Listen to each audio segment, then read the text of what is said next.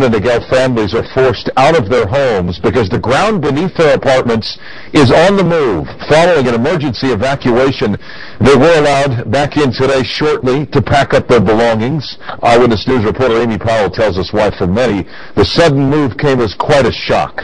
Excuse me. An unplanned moving day at the Laguna Summit apartment complex. Residents of 3 buildings are packing up. They're being forced to leave because the ground beneath their homes is shifting.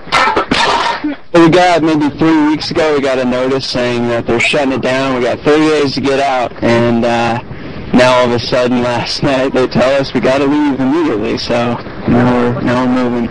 There are large cracks in the concrete floor of the garage beneath one building that have been there for months. Last week, city officials gave residents a month to find new homes.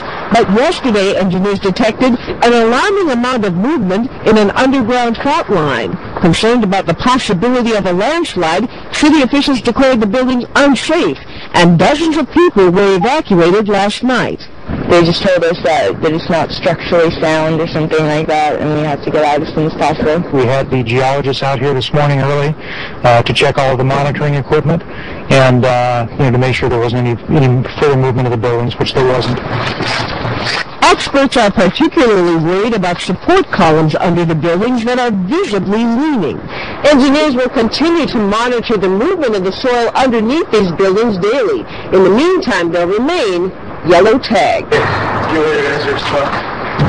Residents of 48 units are being allowed to remove their belongings this weekend. Some are moving into other buildings in the complex. Amy Powell, ABC 7 Eyewitness News.